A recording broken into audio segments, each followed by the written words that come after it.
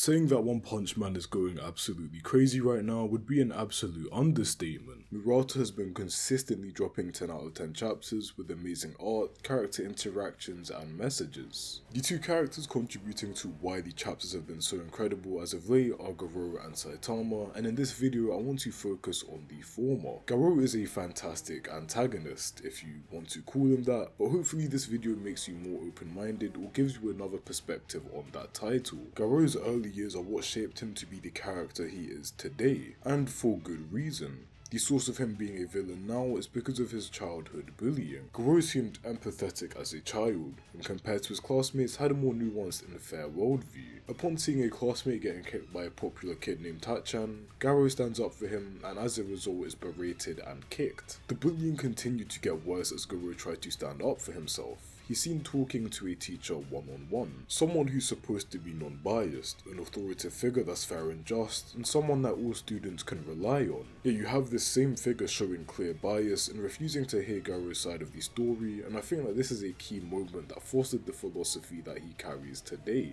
The teacher was told by the majority or the mob, and because of a large amount of people telling the teacher the story, they automatically believed it to be true. I think that one of the larger themes in One Punch Man is mob mentality, and this is a perfect example of this. And if a mob believes that someone is in the wrong, then they also believe that they need to feel justice, Garou being a victim of this. Mob mentality allows flimsy ideologies to seem bolstered and reasonable just because of the large amount of people behind it. Garou felt injustice because someone popular was able to do whatever they want to someone that was weaker than them, all because they have the ability to influence others. You can see heroes as an extension of this concept. Even the whole ranking system is based on this concept. The more people you save, the more popular you are, the higher rank you are, the more benefits you get from society, and the more influence you have on society. Because of this, people don't become heroes just to save people, they become heroes for personal gains or deeper motives, which is the antithesis of what a hero is supposed to be. All of this resulted in Garou suffering from the trauma of his bullying. Because the mob believed that he was a monster and he was consistently picked on for it, he internalized those views, and in tandem with wanting to destroy the twisted idea of justice that society has, he became a quote-unquote monster. Despite him saying evil things and doing evil things, Garou at his core is and always will be human. His interactions with Darkshine Luster and Tario are living proof of this. In his fight with the former, Darkshine goes on about how Garou could be made a true hero. Garou is reminded of the Monster Association telling him they can turn him into the strongest monster, and upon remembering both, he just wants to destroy both. Likely because he doesn't fit in on either side or doesn't want to fit in with either side, just like when he was a child, but the difference now is that he has the power, the ability to destroy things that he believes are wrong. As the fight goes on and Garou begins to overpower Darkshine, he has a moment of clarity in which he realizes he's becoming the very thing he sought to remove from this world, the thing that he wanted to defend people from.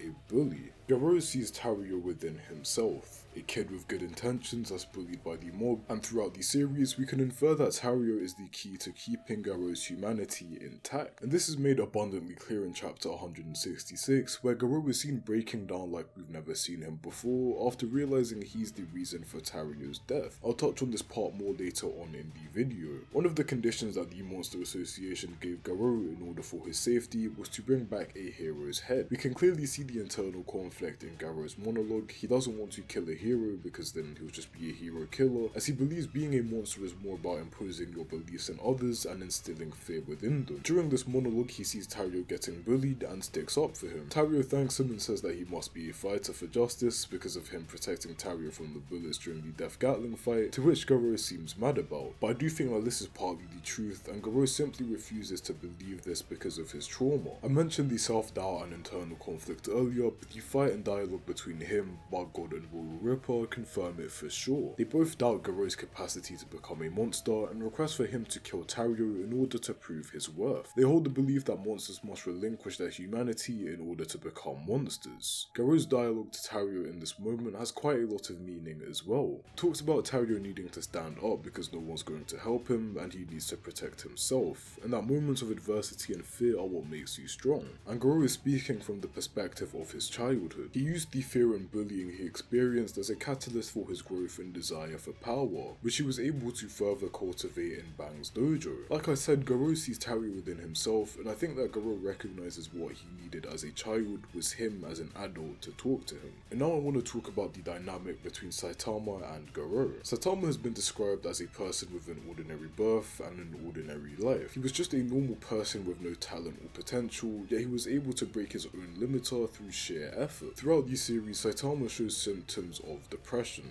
and this is where the dynamic begins. Saitama's emotions are a byproduct of his strength. He's depressed because he's unable to find and fight a worthy opponent. On the other hand, you have Garou, who also has his own limiter broken. Rather than his emotions being a byproduct of his strength is a byproduct of his emotion. His hatred towards the views that society has in regards to justice and heroism served as fuel for him to get even stronger as a teen, and even recently, his emotions are the reason that he's able to evolve and attain new forms. A similarity that the two share are their links to people which keep their humanity in check. For Garou, this person is Tario, and for Saitama, this person is Genos. In the case of Saitama, it wouldn't be surprising for someone like him to go insane if he was isolated. His depression stems from his incapability to have a fun fight, and Genos serves to alleviate Saitama's negative feelings. Genos gives Saitama much needed purpose, and Genos also learns things from Saitama and is constantly pushed to keep growing. Genos not blowing himself up on the surface is a perfect example of this. When Garou killed him though, for the first time in the whole series, we could see Saitama genuinely shaken, and he questions himself about having a hero's intuition, which implies he's questioning if he's a hero at all. Throughout the fight, Saitama is clinging onto Genos' core, the last remaining thing of the person that gave him purpose, maybe even a symbol of him clinging to the hope that Genos could be restored. And now I'll expand on what I was talking about earlier. Garou completely broke down when he saw Tario's body, saying it's my fault, I was too close to you. And I think that this has both a figurative and literal meaning. Garou was giving off nuclear radiation upon gaining God's power, and Tario was close enough to die of radiation poisoning. And in a figurative sense, Garou grew close to Tario despite wanting to push everyone away due to him being so similar to a child version of himself. Knowing that he now has no reason to live, he passes on a time travel technique to Saitama in a last-ditch effort to save Tario and perhaps himself. I wrote this script before chapter 167, where Tario does actually end up saving Garou from being jumped by the rest of the heroes that are on the battlefield. As a result of Tario's pleading, King realizes who he is and along with Bang managed to save the life of Garou. A lot of antagonists have irredeemable traits or do things that make you genuinely despise them. For example, Griffith. Despite all this, Garou is for the most part the opposite. He's antagonist by title only, and the things he does make me like him and respect him. He's only an antagonist because he's shown to be against the side of the protagonist, and after finishing the script, I realized that despite being a relatively simple looking series, narrative wise at least, One Punch Man really has a lot of depth to it. And yeah, that's all I really have to say. Honestly, Garou might just be one of my favourite characters of all time, for a plethora of reasons, and his writing is one of them. Hopefully this video changed your perspective of him as a whole, or confirmed some of the things that you were thinking. Thank you for watching, and as always, have